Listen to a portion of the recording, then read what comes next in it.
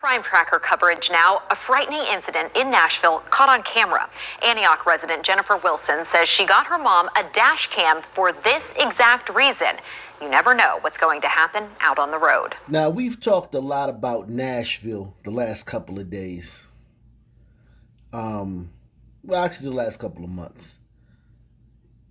Nashville is a bastion, a haven, a cauldron of crime, sun crime.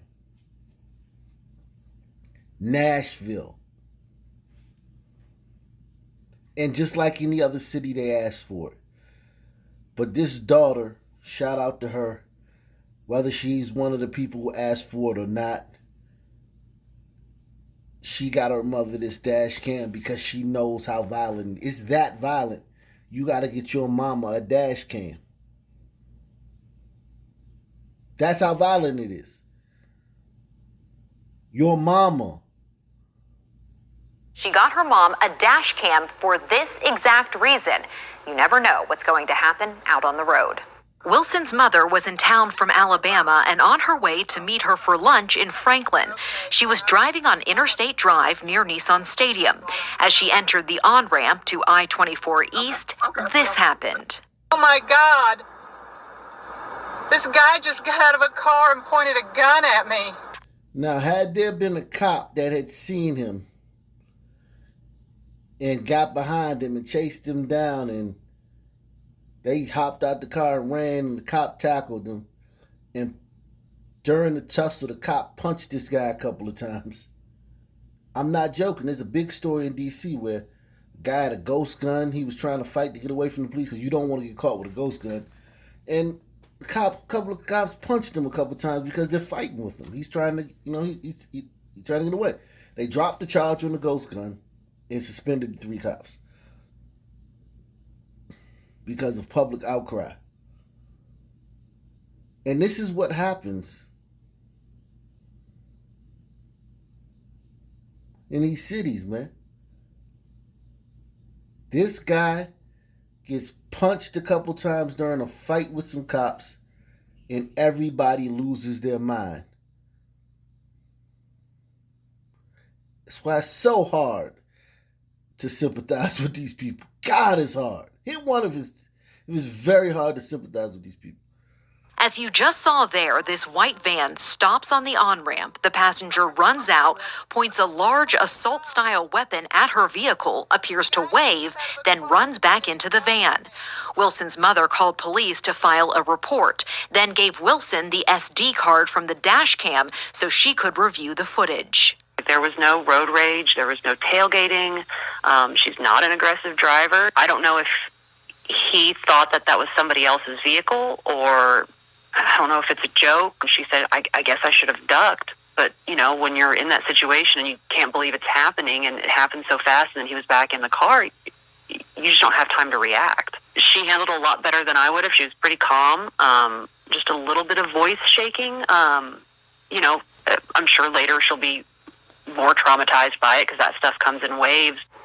Now, Wilson has shared that video with police, but she also wanted to share it with us because she hopes that someone may recognize the person or the van. It only had temporary paper tags on it. She said she is a big advocate for owning a dash cam for this very reason. He was on probation for killing a woman in a 2018 hit and run, but 5 months after a judge sentenced him, police say the Chicago man hit more pedestrians. CBS 2's Marisa Vedra is in Lakeview, where it happened early Sunday morning. And we know Chicago asked for this, so whatever.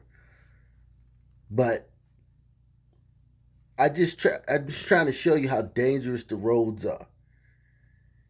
This anti-crime, pro-criminal wave that took over America for a year, the reverberations are not just on the street corner. They're not just going to affect domestic situations. They're not just going to affect, in the hood and, carjackings. It's going to affect people standing on the sidewalk or crossing the street. Because certain people drive drunk, they do all types of crazy stuff on the road, and they get caught, and they used to go to jail. Now those people, because of the new procedures, those people get out on bond or get released on their own recognizance, and they do what they do. Hit people, run people over.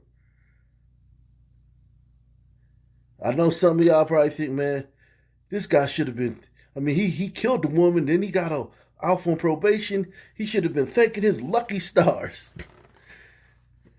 I'm a fly straight now. He got probation for killing a woman.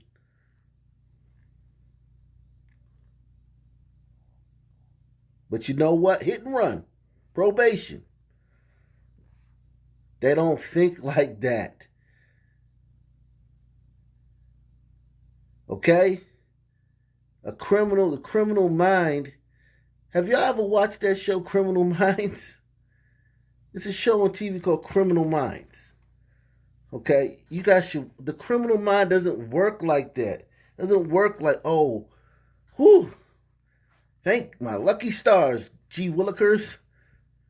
No, criminal mind doesn't work like that. Make sure you subscribe to this channel. We'll get more into the criminal mind as the weeks and the days and the years go on. He was on probation for killing a woman in a 2018 hit and run. But 5 months after a judge sentenced him, police say the Chicago man hit more pedestrians. CBS 2's Marie Saavedra is in Lakeview, where it happened early Sunday morning. Marie. Erica, I want to show you the exact spot this all ended here at Broadway and Sheridan. Take a look. You see all the people in this area? They're letting you know that this is an area, this is a Glacier Glider neighborhood. Okay? They do these things subtle. It's not a conspiracy. It's not spooky. It's not the CIA or the Illuminati. Like, I'm not one of them other channels. They do this to show you. They're showing you, like, this is what type of neighborhood this is. Got to pay very close attention to these things. Erica, I want to show you the exact spot this all ended here at Broadway and Sheridan. Take a look over my shoulder and across the street. You can see that black fence line at the bottom there. There's a Jewel-Osco bag, but it's off kilter. That is where the suspect's car finally stopped after police say he ran down 3 people. 2 of them were badly hurt, but all 3 survived, unlike the woman this same driver hit in 2018. It was just before 1 a.m. Sunday, and someone was in these flip-flops as they crossed the street at Irving and Broadway into the crosshairs of a driver. The hit and run, people in the street injured, black SUV fled the scene. Chicago police say at this intersection, a car struck a man and woman, both 39, before making a U-turn, clipping this gas station and heading south on Broadway. That's when the SUV struck a 55-year-old cyclist who stopped to help the pair who'd been hit. That vehicle was at Irving Park and Broadway and hit somebody else. That driver kept going 2 blocks before plowing into a fence at Broadway and Sheridan, where he was arrested. And we've learned this isn't the first time the driver of this car has hit a person and drove off. This is the mugshot of 32-year-old Rayon Allen of Chicago from September of 2018. He was driving on this part of Sheridan in Edgewater when he hit and killed a 93-year-old woman. In March of this year, he pled guilty to reckless homicide and sentenced to 30 months probation, which he was on Sunday. This fool killed a 93-year-old woman, fled the scene, was apprehended, went in front of a judge with probably a rap sheet long as a CVS receipt. And this is not a bond situation. This isn't, oh, he got bail, he got bond. No, got sentenced to 30 months probation. He only made it through 5 of those months before this happened.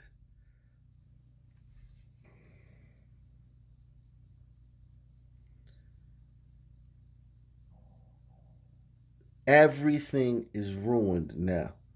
Not just the murder in the hood, the homeboy, the gang violence, and the dice game getting shot up, and, cookout. The whole fabric of America is ruined.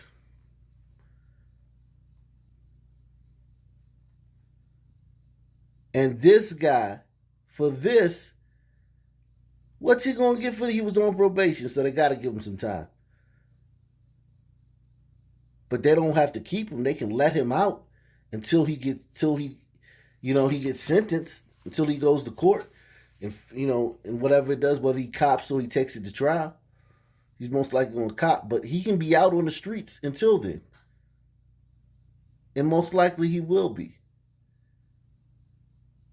And this is a direct result of sisters and white liberals, because of course brothers like him going to scream criminal justice reform, but they don't have power like that. The only power he has is the world not going to talk about all the stuff he do. And him and me as brothers, as son men, that's the only power we have. Everybody's going to whisper about the things we do, but nobody will ever talk about it publicly. All the chaos and carnage we cause. That's the only power we have in this country.